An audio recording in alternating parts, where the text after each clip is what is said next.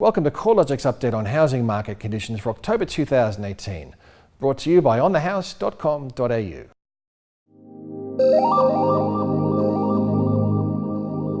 The Australian housing market continued to weaken over the month, with national dwelling values falling 0.5% in September, marking 12 months of consistently falling values across CoreLogic's National Hedonic Home Value Index. Dwelling values tracked lower across 5 of the 8 capital cities in September, while 5 of the 7 rest of state regions recorded a fall in values over the month. Since the national index peaked 12 months ago, dwelling values have fallen by 2.7%, hardly a crash, and a slower rate of decline relative to the previous housing market downturn, which ran between June 2010 and February 2012. National dwelling values fell by 3% over the first 12 months of this previous national downturn, before declining 6.5% from peak to trough. While the housing market downturn is well entrenched across Darwin and Perth, where dwelling values remain 22% and 13% lower relative to the 2014 peak, Sydney and Melbourne are now the primary drag on the national housing market's performance. We've seen Sydney dwelling values drop 6.1% over the past 12 months, and Melbourne values are 3.4% lower. Not only are these amongst the largest annual falls across the capital cities, but considering Sydney and Melbourne comprise approximately 60% of the national value of housing, the weak conditions in these cities have a substantial drag-down effect on the overall national housing market performance. Regional markets, where housing values have generally been more resilient to falls than the capital cities, are now showing more challenging conditions. Despite regional Western Australia being the only rest of state region to record a decline in dwelling values over the past 12 months, the September quarter saw values falling across the regional areas of New South Wales, Victoria, Queensland, and in South Australia, as well as regional WA. As housing market conditions have slowed and credit is less available, buyer numbers have thinned out. CoreLogic estimates of settled sales are down 10% year on year nationally, while previously strong markets such as Sydney and Melbourne have seen the number of settled sales fall more substantially, down 19% and 16% respectively. As the market moves through spring, new listing numbers have commenced a seasonal rise. Despite listing numbers starting to wind up, the number of freshly advertised property remains well below previous years, reflecting a deterioration in vendor confidence. Although new listings are lower than previous years, the total number of properties available for sale has been climbing higher, to be 9.5% higher than a year ago across the combined capital cities. The surge in total listing numbers is highest in Sydney and Melbourne, where stock levels are now 22% and 17% higher than a year ago. The lift in total stock levels isn't due to vendors dumping more stock on the market. This trend is simply reflecting a slower rate of absorption. More stock to choose from means buyers are generally more empowered, and vendors are finding properties are taking longer to sell. Capital city dwellings are taking 53 days on average to sell, an increase of 11 days from a year ago.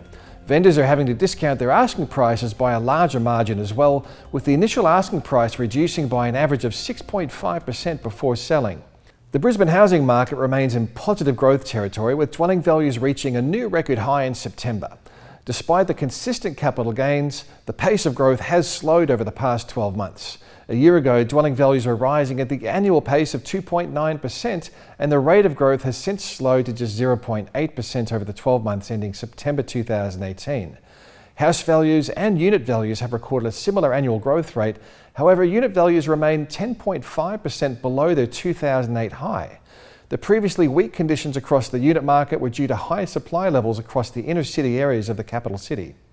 The housing market has slowed, virtually in line with heightened levels of regulation across the finance sector, and subsequently tighter lending practices and a sharp reduction in investment. With the release of the Royal Banking Commission's interim report, there's a chance that already tight credit conditions could tighten even further. The latest credit aggregates from the Reserve Bank show housing credit growth tracking at the lowest level in almost 5 years, and investor-related credit is growing at the slowest pace on record. If credit conditions tighten further, we can expect housing market activity to follow suit. CoreLogic estimates on national settled sales activity is already down 10% year on year. While credit availability is a key factor in the slowdown, other factors are also dampening housing market conditions. Investors, who still comprise 41% of the value of new mortgage demand, continue to face higher mortgage rates and strict servicing criteria, as well as low rental yields and weak capital gain prospects.